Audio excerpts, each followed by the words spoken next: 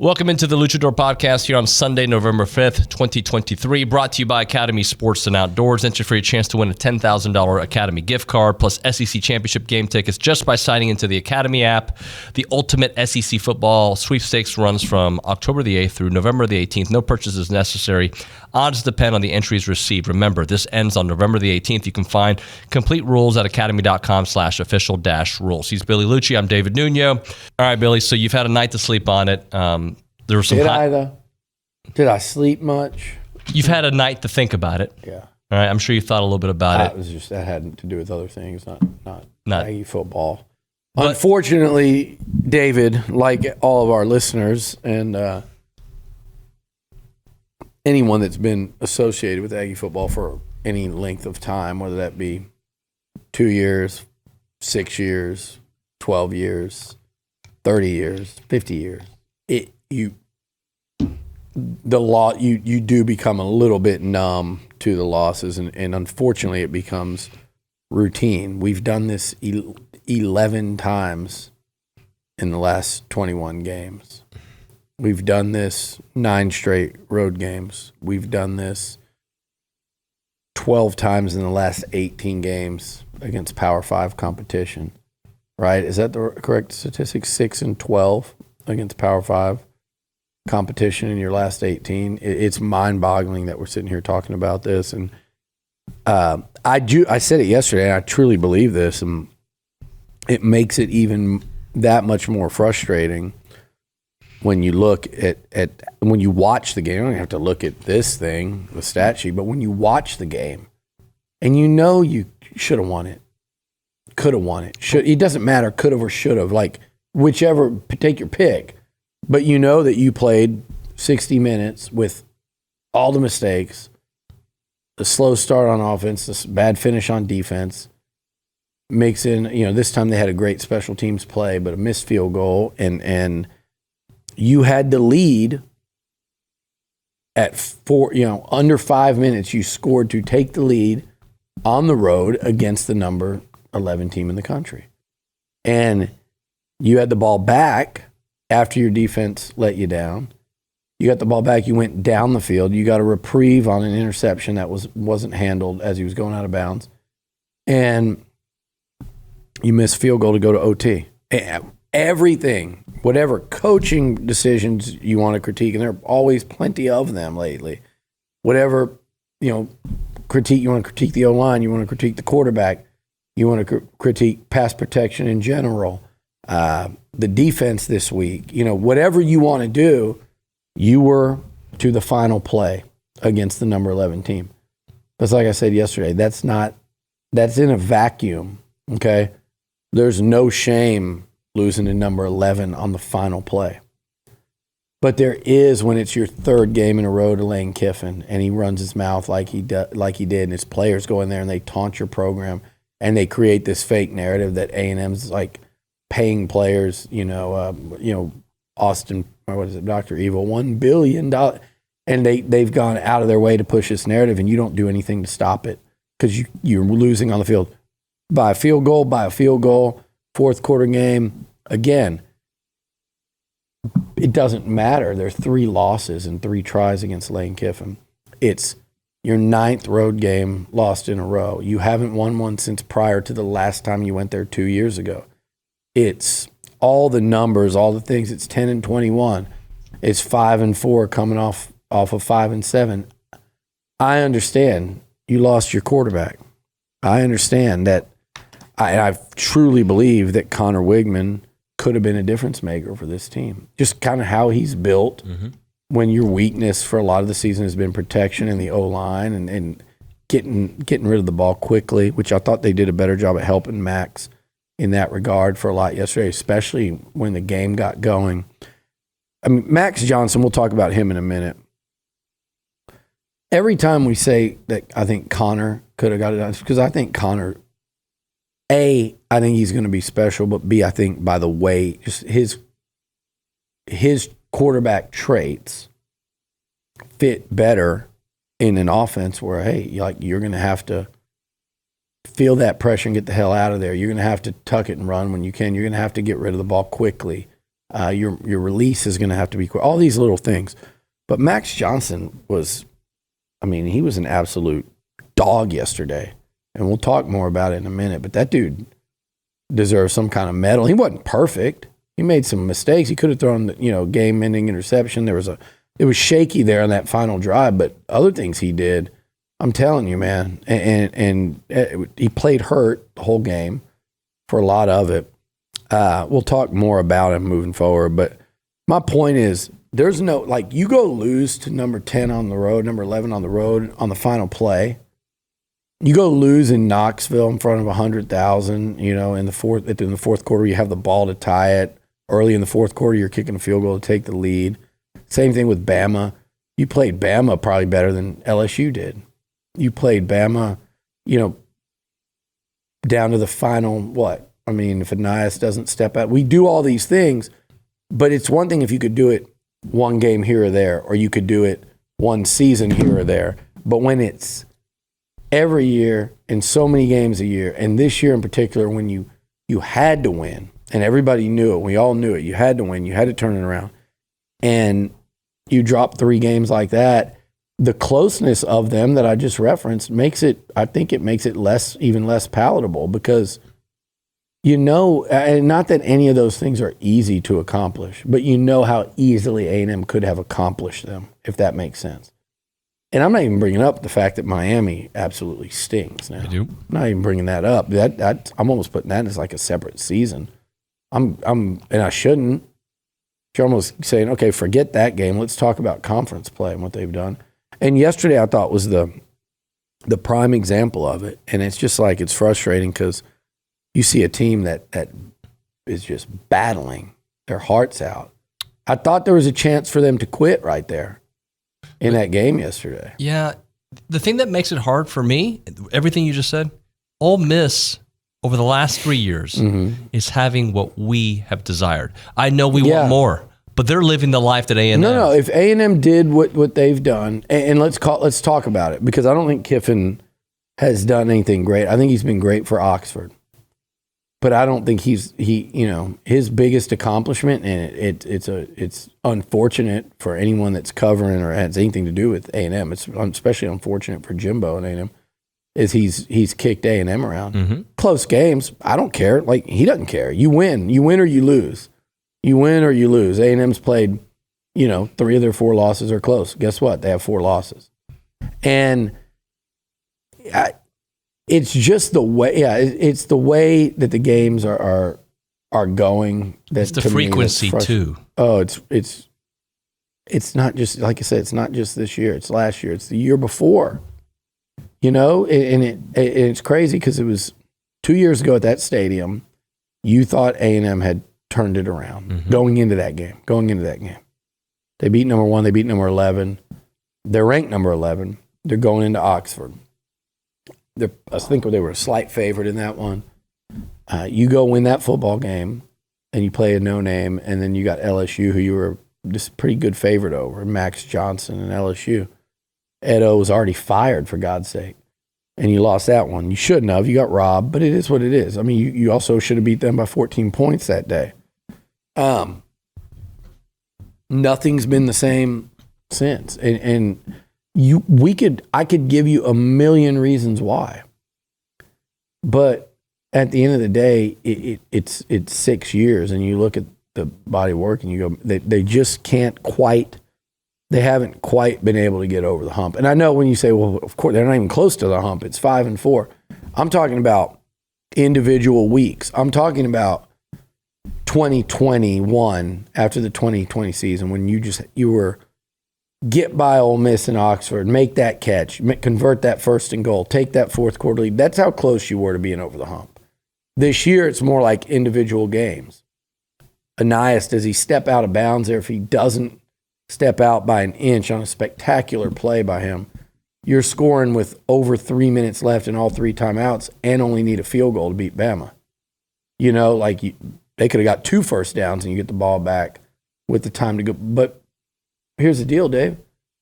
You didn't against Tennessee, and you didn't against Ole Miss. And who's to say, and this is probably how it goes, because this is how we see it go all the time. Anais doesn't step out and he scores, they probably drive down for a field goal and miss it or get it blocked or they find different ways. They'll find a way. Or there's a sack, forced fumble, or key intentional grounding because Johnson had no time to like. You can't assume that it wouldn't have been something because it seems as we watch these games that it's always something that's holding A&M back, whether it's holding them back from the breakthrough or it's holding them back from reclaiming respectability, or it's holding them back from a win on Saturday, which is what they absolutely should have had. And again, fine, you lost to the team that's number 10 in the country right now on the road on the final play. I could tell you A&M in the other team's house was literally one play, the number 10 team, healthier than the Aggies were. The number 10 team was one play better. But you know what you could tell me? Yeah, but that's true. That's factually true. On their home field with A&M going on the road, banged up, beat up, cornerbacks, the worst position to be against Ole Miss, and they went in there and they were one play better than the Aggies. That's it. But you could also say, that's you're right, Billy, that's factually true, Luch, but you've also lost 5 in a row to the Mississippi schools. You're 0-3 against Lane Kiffin, and you're 0-9 in your last 9 road games. So you're right, they were one play on that day, and they were close, but it doesn't matter because there's a body of work and there's factual evidence that says this A&M team can play pretty good football. They can play really good football. There are mistakes in there, but they can play really good competitive SEC football. They're just not winning enough football games, period. I don't forget about the how, the why. We do that every week. We'll do that all week this week. We'll do it next week. We've done it but the bottom line is Texas A&M, they're a competitive SEC football team right now every single week. Literally, there hasn't been a Saturday they haven't been right there to win a football game, but they've lost the 3 that matter. And in this season, they've played 4 games that matter. 4 games against teams that'll go to bowl games, right, out of Power 5, and they've lost all 4 of them. And it doesn't matter how. In fact, it actually makes it feel worse. Well, this may be an unfair question, and the answer may be obvious, but if you don't get a signature win this year, regardless of what your record is, if it's better than last year, was last year better? Like because you had one. There was at least a signature win. Right now, you're down. The only signature win possible now is LSU.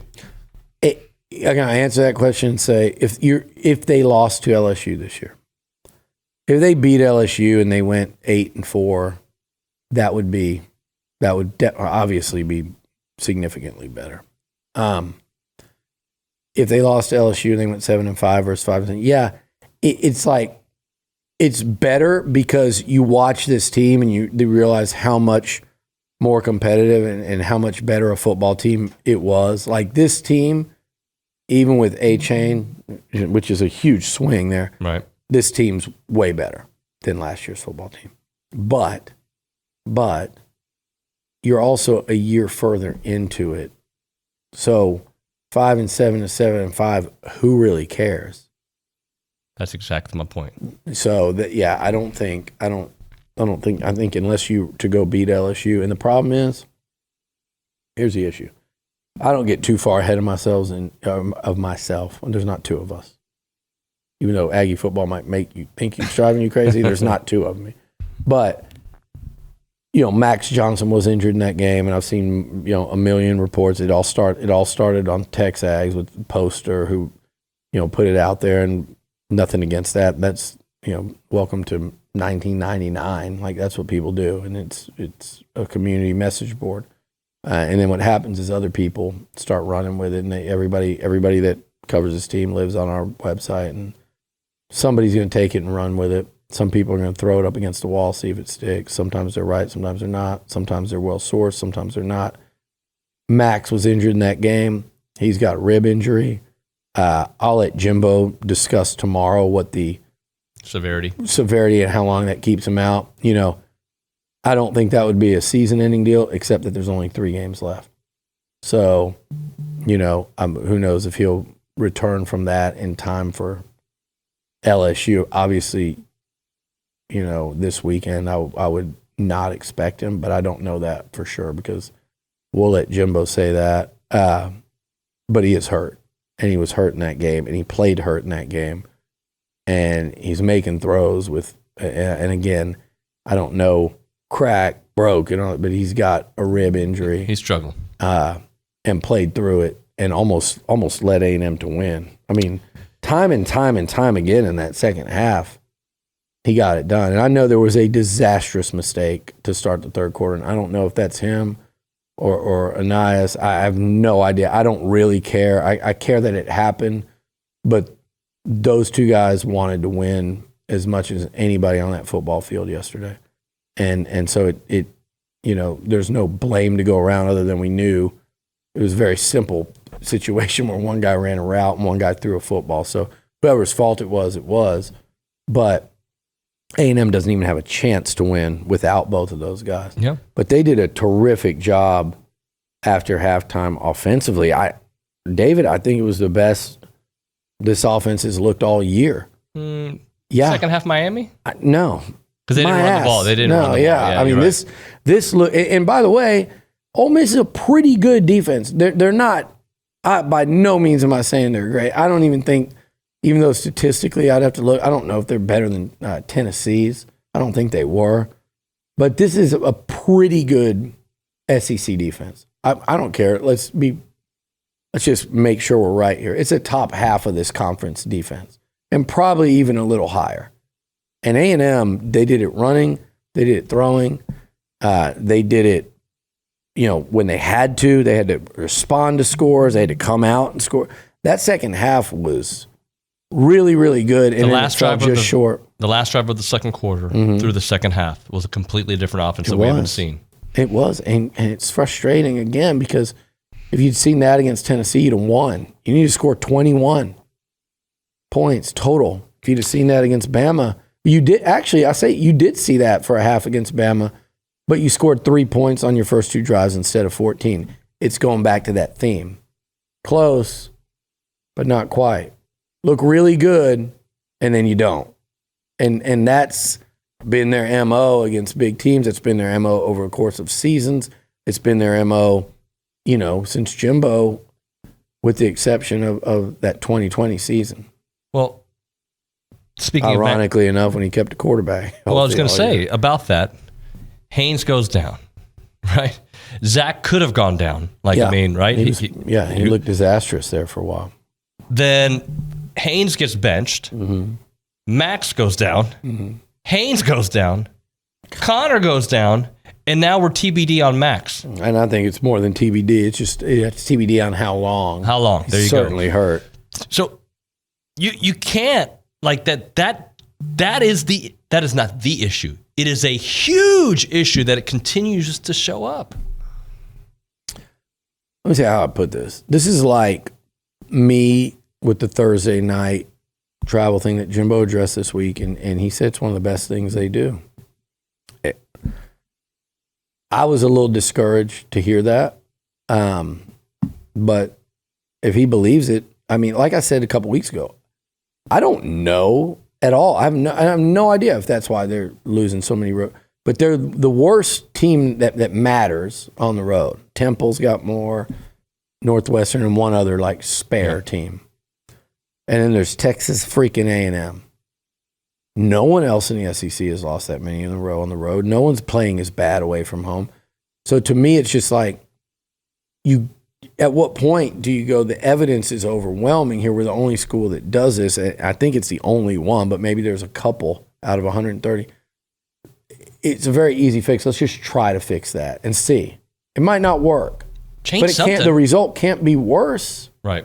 It actually cannot be worse than 0-9. And if you want to say, well, all these games, 7 of these 9 were really close, then my contention would be, well, maybe you don't want them. Maybe not. Maybe they would be worse. But we got to find out. Yeah. And so to me, with this quarterback injury thing, I feel the most I feel the most for these quarterbacks that are getting hurt. But I actually feel for Jimbo or any coach that, like, every year you go in thinking this is how it's going to go. This is my guy. And you can't get through a year. Cannot. It was like they almost like Kellen Mond's healthy for every snap of Jimbo's first 3 years, and then that's it. And it's like nothing's been the same since. So I kind of do feel bad. Like they make these plans, and everybody's excited about Wigman. He performs a certain way, and then boom, first half of the first conference game. Oh, by the way, he's done for the year again. And then Max Johnson. Look, that was a confidence building, strong ass game yesterday. Yeah, it was not perfect. Okay, I get it, but I will take that effort, that toughness, that resiliency that he showed, and that production and any Saturday. Give it to me. Because like I said, if they would have had it in those other games and that kind of blocking, and that they win those games. And you finally see that, and you go down and score to take the lead with this ridiculous drive. What was it? 12 plays, 67. No, that was 12 plays, 67 yards. Like, what a freaking response there on the road, and poof, he's out.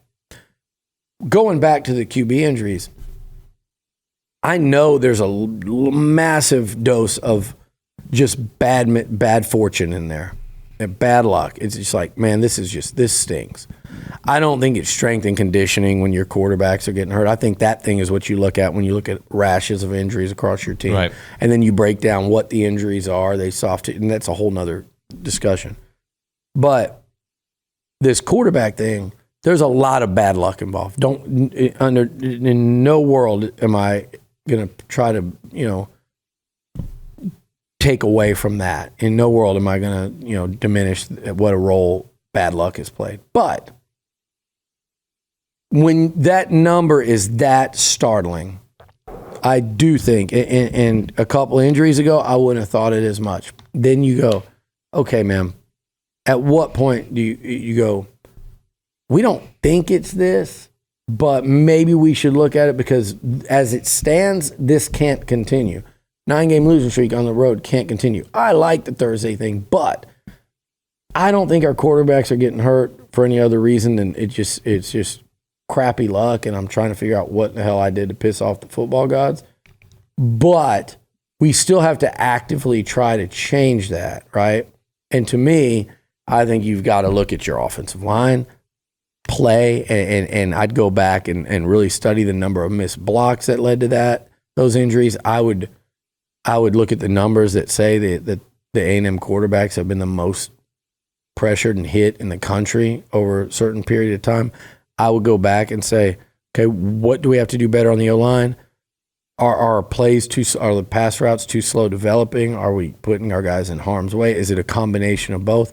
If you do all the study and come to the realization that you don't think that's it, fine. But at some point, you got to go, I know it's bad luck, but what are we doing to contribute? Put ourselves in bad luck? Like, how can we get out of, the line of fire here?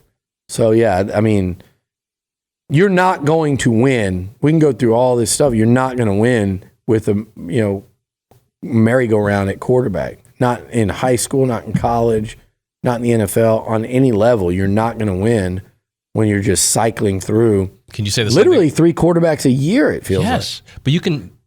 It's not necessarily an injury situation, but you can say the same thing about the offensive line, how they continue to cycle different looks because they haven't found the look. I think that's the flip side. I think that one, yes and no. Because they're having to cycle because they're underperforming, and they are actually not just sitting pat and going, this is what we got, let's go. They're actually trying, and I do think they found a nicer mix. Yesterday was better. Yesterday was better. Yeah, it was a lot better, and there was some interesting. So it was interesting to see why. With each loss, we know the temperature of his seat with the fan base, but let's talk about the reality of where we are considering the contract. Each loss, it intensifies. So I feel like I'm doing a Rollo insurance spot, but I ask you. I ask you why. I ask you why, Billy. No, how hot is his seat really right now? I think, it got a lot hotter from yesterday. And we said it before the game that, look, with each of these losses, it mounts. And it still doesn't change how difficult it is right now to pull off a coaching change at Texas A&M. And people get mad, you want me to tell you the situation as it really is. Like, you want to hear that. And if I don't say what you want, and you want a coaching change, or you don't want a coaching change, and I don't say what you want, I'm not trying to tell you what you should think. I'm trying to tell you how it is, and I'm trying to tell you the likelihood of something happening, something not happening. Tell you how it is. And let me tell you something. It is a moving target when here's what doesn't help at all. When Lane Kiffin goes on College Game Day and pops off, it's funny how that crew will go up there and selectively choose which programs to mock and ridicule and which ones to just kiss the ass of, no matter who they hire, no matter what the coach does, no matter what they know is really going on behind the scenes, no matter culture, anything, whose ass they'll kiss and who they'll ridicule. A&M's in the hot seat there, and they have been for years with that bunch. And part of it is it's A&M, Texas A&M, and the Aggies have put themselves in that spot by consistently not living up to expectations. Mm-hmm. And you that's what ends up happening over a period of time. But that laughter and that joking around, and they're feeding into the Kiffin thing, and then you go lose, it makes it worse. It makes it worse. And then those numbers that we talked about earlier that keep mounting, those negative statistics that are going to be repurposed and recycled and thrown out there. I can't tell you how many texts I get from people. It's like, what the hell do y'all think I do? You think I don't know this? They text you like, hey, did you see this? Well, no shit, I saw it. Yeah, I see it. I watch it in real time. It's what I do. I know these numbers, and they get worse, and it gets progressively, more frustrating for everyone, whether it's the people in there, us, you guys, the fans, we, the fans, social media, whatever it is. It gets worse. With each loss, they get worse. But what I'm saying about getting those texts and those things, everyone sees it, and everyone has it thrown in their face. And so what happens is everyone gets more and more frustrated and more pissed off. And then when they watch that game yesterday, and like I said, like, you're watching it going, man, we're not even competitive with freaking Ole Miss anymore. It's gotten to that point. And then you get a blocked field goal, what a play. And then you get a run back, and then the offense comes to life. And you go, okay. And then it's like, it's this roller coaster, and you really think you're about to win it. And then, and that just even adds to the frustration that much more, because no one's ready at this point at loss number 4 and loss number 11 in 2 years. No one's ready to go, damn, that really sucked, but man, we were competitive and we really almost knocked off number 11, and we were that. Nobody wants to say that right now, nor should they. But it gets even worse when you really think you're going to win it, and then you don't. So all of the things about yesterday, I think just, it moves that needle significantly the wrong way if you're Jimbo. But there is still, I said this last year, and people got frustrated. Some people get frustrated. Some people cheerlead on it. But, if it weren't for the contract right now in year 6,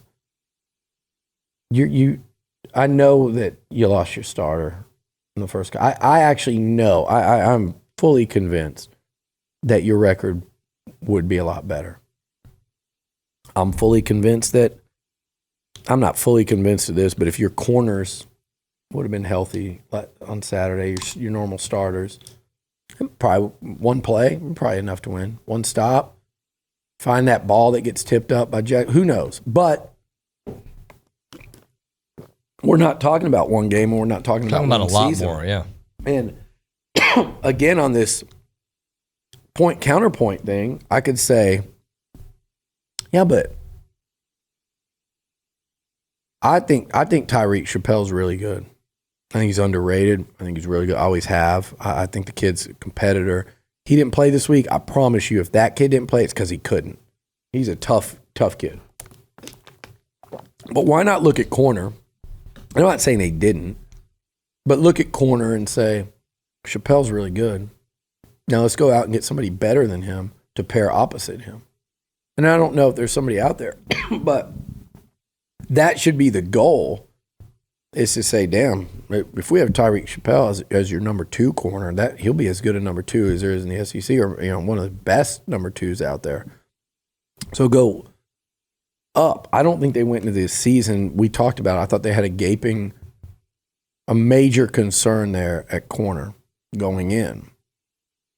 And it's been a problem. Miami, Alabama, and now Ole Miss, 3 or 4 losses.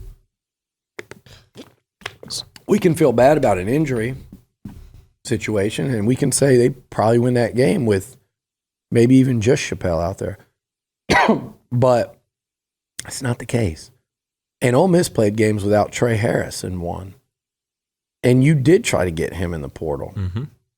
You did try to get him, and he visited. He visited, and you didn't get him. You tried to get Keon Coleman. Yeah. He canceled his visit the day of. You tried to get Adonai Mitchell out of Georgia, who went to Texas. He's a pretty good player. I don't think he's as good as Coleman. From what I saw from Trey Harris, he ain't as good as him either, but he's pretty good. And you got none of them. And hey, by the way, Ja'Day Walker, hell of a freaking game. Yeah, congratulations. Good for you. 100 yards in the SEC game. He's competitive. He made plays. He got open. You could have had him in one of those guys. You could have got him from Grand Valley State anyway. So every little thing, all these, this but, I get all of it, and we could do that all day. But my thing is, over a course of a period of time, the results are the results. You'll probably hate this question. Mm-hmm. In fact, I'm sure of it, but because it hits my mind. All right. Why do I have to hate it? What is the temperature like because there's been 2 occasions where the Arkansas game last year, game changing, they ended up winning, right? Yeah. And then, by the way, Arkansas missed a field goal to win. Yeah. Right. But yesterday, if you don't get that block and that score, and now you're down 17-0, and they do, that starts going to blowout mode. Yeah. The temperature, as bad as it is now, is significantly worse. They play good enough to keep you there. But I did not expect them to win the game until they took the lead. I was like, well, maybe they will. Like, I kept on thinking they're going to find a way to lose this. Yeah. And I hate that I think that, but that's where I am because of the last 2.5 seasons. And you know what's weird is yesterday I wasn't. And you knew going in the week I wasn't. I don't think Ole Miss is that good. I think they're good. I wish I was that good, though. They're a good, solid team. I wish A&M's record was that. Hell yeah. And I wish A&M, like you said, over the last 3 years had their success. But I didn't. I've watched them a lot this year, and I just don't think they're that good. And credit Kiffin and those players. And it's not a knock. When I say I don't think they're that good, they beat A&M fair and square, as we have always said since we're little kids. It's not like a knock to say, but they're not. I look at them and I go, if you're going to beat a top 10 team on the road, that was it. And you saw it. You saw it play out in the way the game was played. That was a great football game. If you didn't care who won, that was great. Jackson Dart played his ass off. Max Johnson played his ass off. The running backs, Judkins, Moss, both defenses were, on their heels, but then making play. And it was a fight. It was a fight. And a really good, really entertaining SEC football game. But Ole Miss has found their way to get to 8-1. They found their way to win those games, whereas A&M has found their way to lose those games. And that's kind of been the story of both programs the last 3 seasons. But now Ole Miss last year, they floundered down the stretch. But even then, you would trade. They're not quite what A&M, and this is where Kiffin has his. Kiffin's weird to me because sometimes I think it's fun and it's entertaining and it's expert level trolling, and then other times I think it's like when you do that enough, you cross the line there, you cross the line there, you cross. I think people can be mad at Jimbo all they want, and I get it. If you're mad at him for not winning football games, hell yeah, like everyone, but more than within their right to be, but. That dude is basically come out in the media and for years is just in front of everyone called Jimbo Fisher. He's questioned his integrity and called him. By the way, I didn't like the broadcast saying back and forth. It wasn't back and forth. I'm on 100% on Jimbo's side on that. I won't come off of that. But some of the stuff Lane Kiffin does, it's entertainment value. It's to motivate his team. And look, I mean, some of what he's saying is not the money stuff, but some of what he's saying is the reason why people get frustrated is because the truth hurts, and he knows what he's saying, and he knows what the perception is, and that's what A&M and I think everyone involved needs to look at and go, wait a second. We are doing all of this, all these facilities, all this money we pay for the coaching staff and the coaches and everything, and the expectation level has got to be higher. And he's himself sitting there saying, well, here we are, little Ole Miss, and he's got his players saying it, and like, we don't have the money, we don't have the – and they're talking NIL, which is where they're wrong, because they do play in the NIL pool. They actually have a really good NIL set up there in Oxford. They do play the portal game. I don't think kids are going to Ole Miss for free in this portal era. Yeah. I do think they don't have the resources that other schools do, and so coaches at those schools always are frustrated with it. But and this reminds me of like Texas Tech versus A&M back in the day. That atmosphere in the Grove. I didn't go Saturday. It's my one game a year that I picked to not go, and that was that one. Been there so many times. But the Grove, not the Grove. Grove's beautiful. It looks nothing like Lubbock. But that stadium reminds me of Texas Tech with like how it gets, how loud it gets, how intense it can be, and how it kind of roller coasters with the team. But they're like Tech. They have a chip on their shoulder. They like to say it's woe is me, woe is me. It's a little disingenuous because they play the same game. But what he's right about is like, man, look at everything A&M's got, and they're not putting it together on the field. It's his very abrasive way of essentially saying that. And again, I think he crosses too many lines along the way, makes it personal. But the crux of what's really being said there, it's right. Like, why can't? What is about A&M that they're not winning over there? Again, Ole Miss. We wish we were Ole Miss. The last 3 years, if you go 10-3, I think they went 8-4, and this year they're going to win 10 games. Yeah, like they're having the success that we want to. I want to follow that up with this. And by the way, it's not just Ole Miss. No, it was TCU last year. It's Texas this year, even though they might be the luckiest team going right now. But I'd rather be lucky than unlucky. For sure. Yeah. But I mean, they might be the luckiest team going right. What in the hell was K-State doing there? Climbing like it's fourth and 6 or 4th and 4? It's 4th and 4. Like kick the field goal. And it's the same thing. U of H. Like Dana said, they would have gone for 2. Like Malik Murphy was struggling in that game yesterday. After that first quarter, he was struggling. Going to overtime, you have all the momentum. I mean, I would say go for the win if you're at the 1, maybe even the 2 yard. You're at the 4, kick the field goal, go to the second overtime, make Malik Murphy beat you. They're very one-dimensional right there.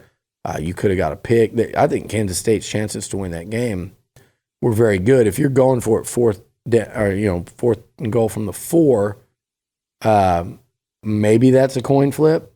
Probably not. That probably favors the defense. Yeah. In fact, I'm sure it favors the defense by at least a little bit. But, Texas is doing it. Ole Miss is doing it. LSU is doing it. Bama always does it. I'm just thinking of, like I said, TCU. I'm thinking of, like, this region. Oklahoma State's found a way to do it again. Baylor a couple years ago, they've fallen back down. Baylor, we might want to leave them out because nobody wants that. No. I don't even think even today an Aggie would go, give me one really good year and a bunch of crap. I think 21. But Here's a question, and maybe this is the wrong word to use because I think it's a kind of a shot at coaching and players, and that's not how I mean it. But they did look unprepared to start that game. Like, and guys were left open, and again. David, I agree. Like, I have a hard time because they just looked on their heels defensively.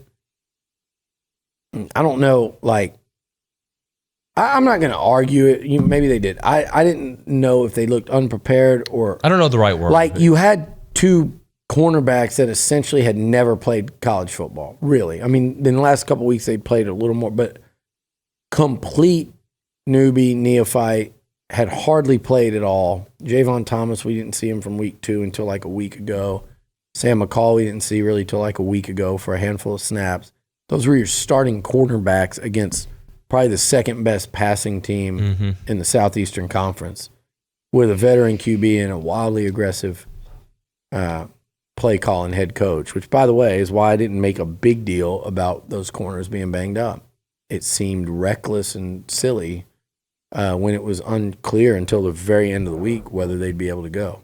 When you're dealing with bells being rung, you just don't know. But what I said was what needed to be said, which is they haven't practiced. As of whenever we had last talked, I said they hadn't practiced. It's a real concern. So I don't know. You know, they got him on that damn trick play. That was like third grade, like powder puff level crap. That was completely embarrassing. And then him doing the little... Yeah, but who was that on? That was on, I think... Was it Javon Thomas? I think it was McCall. I don't know, but my point is on someone that just essentially had... Now, should you be aware of that still? Yeah. But that is like... That was 1,000% an inexperienced thing there. Yeah. But they got him. It doesn't matter as they got him. I don't think it was a game-changing play. I actually said that. It was the way they were moving the ball. I think they would have gone right in and scored, unfortunately. I don't know. I don't know about unprepared. My question is, what are they prepared? What, you know, there's a Board of Regents meeting this week, and someone will take this and go tweet it, and you get your likes off of it. So congratulations. Has nothing to do with that's been set. So it's not about coaching, whoever's listening to go. It's been set. So go do your research and see how long it's been set. But it is this week.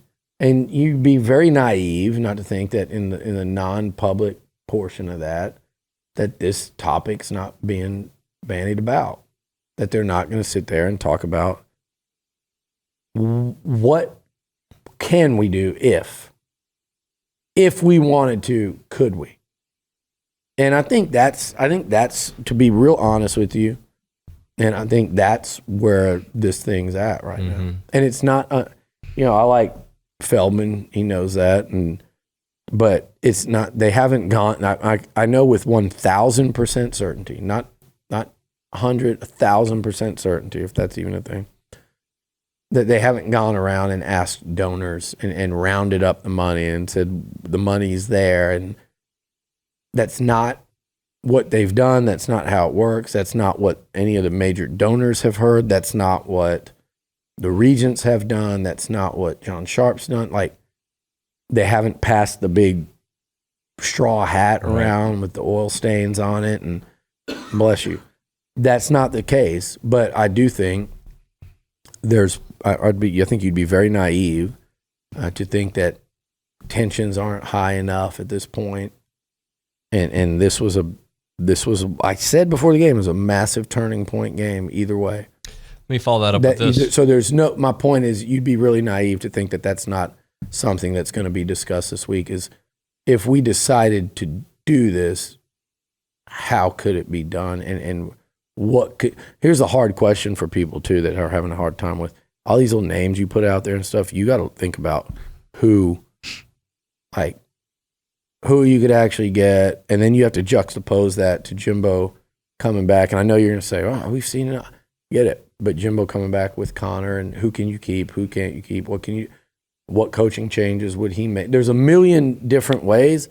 I'm glad it ain't my job, and we'll continue to talk about it if it becomes a more real thing. But all I'm saying today is that I think you'd be really kind of burying your head in the sand if you didn't think it will come up during these Regents meetings behind the closed door portion. That's not why they're doing it, though. But the timing, yeah. The timing, I don't know if depending on what side of the line you sit on, it could be it's perfect timing or it's really bad timing.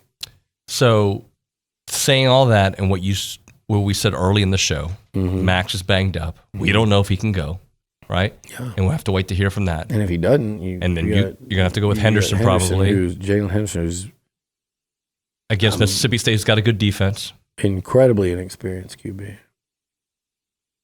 And then Le'Veon Moss won't be playing next week. Right. By the way, another guy, Amari Daniels. Oh, he had a really nice. Played his butt off, Yeah, too. he did. There were some guys, man, that really, that was high level. That was A&M, like, offensively anyway. I wish the defense, you just wanted to see somebody step up and make that game-changing play. Yeah. I didn't know who. There are a lot of names, but, credit Dart, though, for getting that ball away so many times. Torian York goes in there and drills him. Yeah, he was he gets, there. I forget who the DN was that pressured, that caused that pass, and Javon Thomas gets called for PI. That's really unfortunate. That ball gets hit off of his own lineman's helmet because the Aggie DN crashed down and sent him all the way into Dart, the Ole Miss tackle. He hits his helmet or whatever it was and the ball goes flying up like a wounded duck. Well, Javon Thomas isn't expecting that, and next thing you know, it's PI. In 4 out of 5 times that play results in like an interception. Probably 9 out of 10, it's an incompletion or an interception. So there was some but I was just waiting for somebody on defense to make that play, and I said it when A&M scored. I have the utmost faith in this group, but Saturday I did not as that game started to play out. And when they scored with just under 5 minutes left, 4.5 minutes left, I said A&M's not winning this game without a takeaway. Yeah. Or like it was going to be a takeaway or like a 10-yard sack to kill it. There's something big was going to have to happen. They weren't going to get your conventional 3 and out because you knew Ole Miss had 4 downs to get 10 every time. And that team can do that. So, what a frustrating finish. What a frustrating season it's been so far. There's just no two ways about it. And now, we've hit that zone again that, these last couple games here, and you may very well be doing it with your third-string quarterback, which, by the way, I don't know if you watched that hit Jaden Daniels took yesterday. I've been saying he takes way too many hits. He's reckless. The one he took yesterday had nothing to do with that. He was sitting back there as a passer, and he got Lamallied and hit the way he looked there. He might not be back in a couple weeks. So you might have been playing Max Johnson against Nussmeier, who kind of stayed when Max left, and that would have been. I'll tell you what, I would have with the way the A&M offense looked against a better Ole Miss defense, I would have actually liked A&M's chances. I felt like I did against Ole Miss. Felt like it was a coin flip. Yeah. Now, A, you probably get Daniels back, but B, you might have a Heisman finalist against a guy that, as we sit here today, has thrown like 30 passes in his career at Fresno. Tomorrow on the show, Billy, I would like to get into how they keep what they have, recruiting and players. And not that you are the CEO or recruiting director, but like that's gotta be something that they're thinking about. That's a good conversation to have tomorrow, because that is part of what people are going to be fearing when they're trying to. I think what you have to do, David, is be careful not to try to speculate. Hey, here's what's going to happen with Jimbo next year on that schedule, and because you don't have no idea who's going to be there, who's not, and who. Man, they're going to lose. Okay, are they though? Notre Dame's coming in, and they're going to lose, 3 or 4 games this year, and they're going to come in without Sam Hartman. Their first game with a new quarterback on the road. What would that really mean, though? Or what do we know about any of these SEC teams that we're going to see in play? So I would try, when you're trying to figure things out, not to speculate on how you think next season's going to go on the football field, wins and losses, right?